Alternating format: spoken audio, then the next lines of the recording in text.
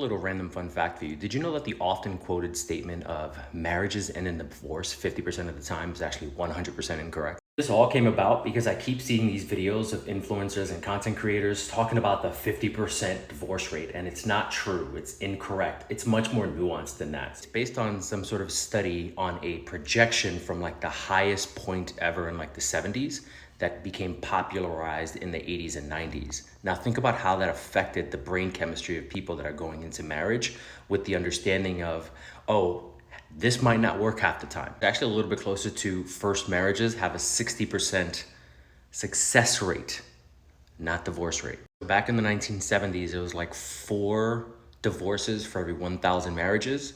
And now in 2022, it was like 2.4 for every 1,000 marriages. That's a pretty good success rate, I'd say. Basically, the increase in income drops the divorce rate. And my guess is the less you fight about money, the less opportunity there is for divorce. As you increase in age, your likelihood of divorce actually decreases. So around 18, within the first year, it's pretty high.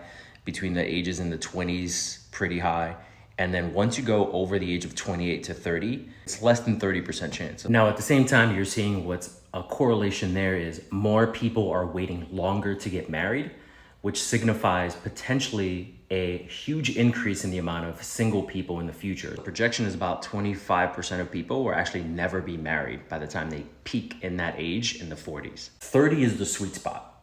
If you can hold off until 30 to get married, that could potentially be the sweet spot to get married and have a longer lasting marriage. Maybe because at that point, you have figured out a lot about yourself and figured out what exactly you want in life and what you want in a partner. Just spitballing here. But what it also points to is that more people are making the much more conscious decision of being married, and therefore could potentially have a positive impact because they're not just jumping into marriage or jumping into a relationship long term, that is.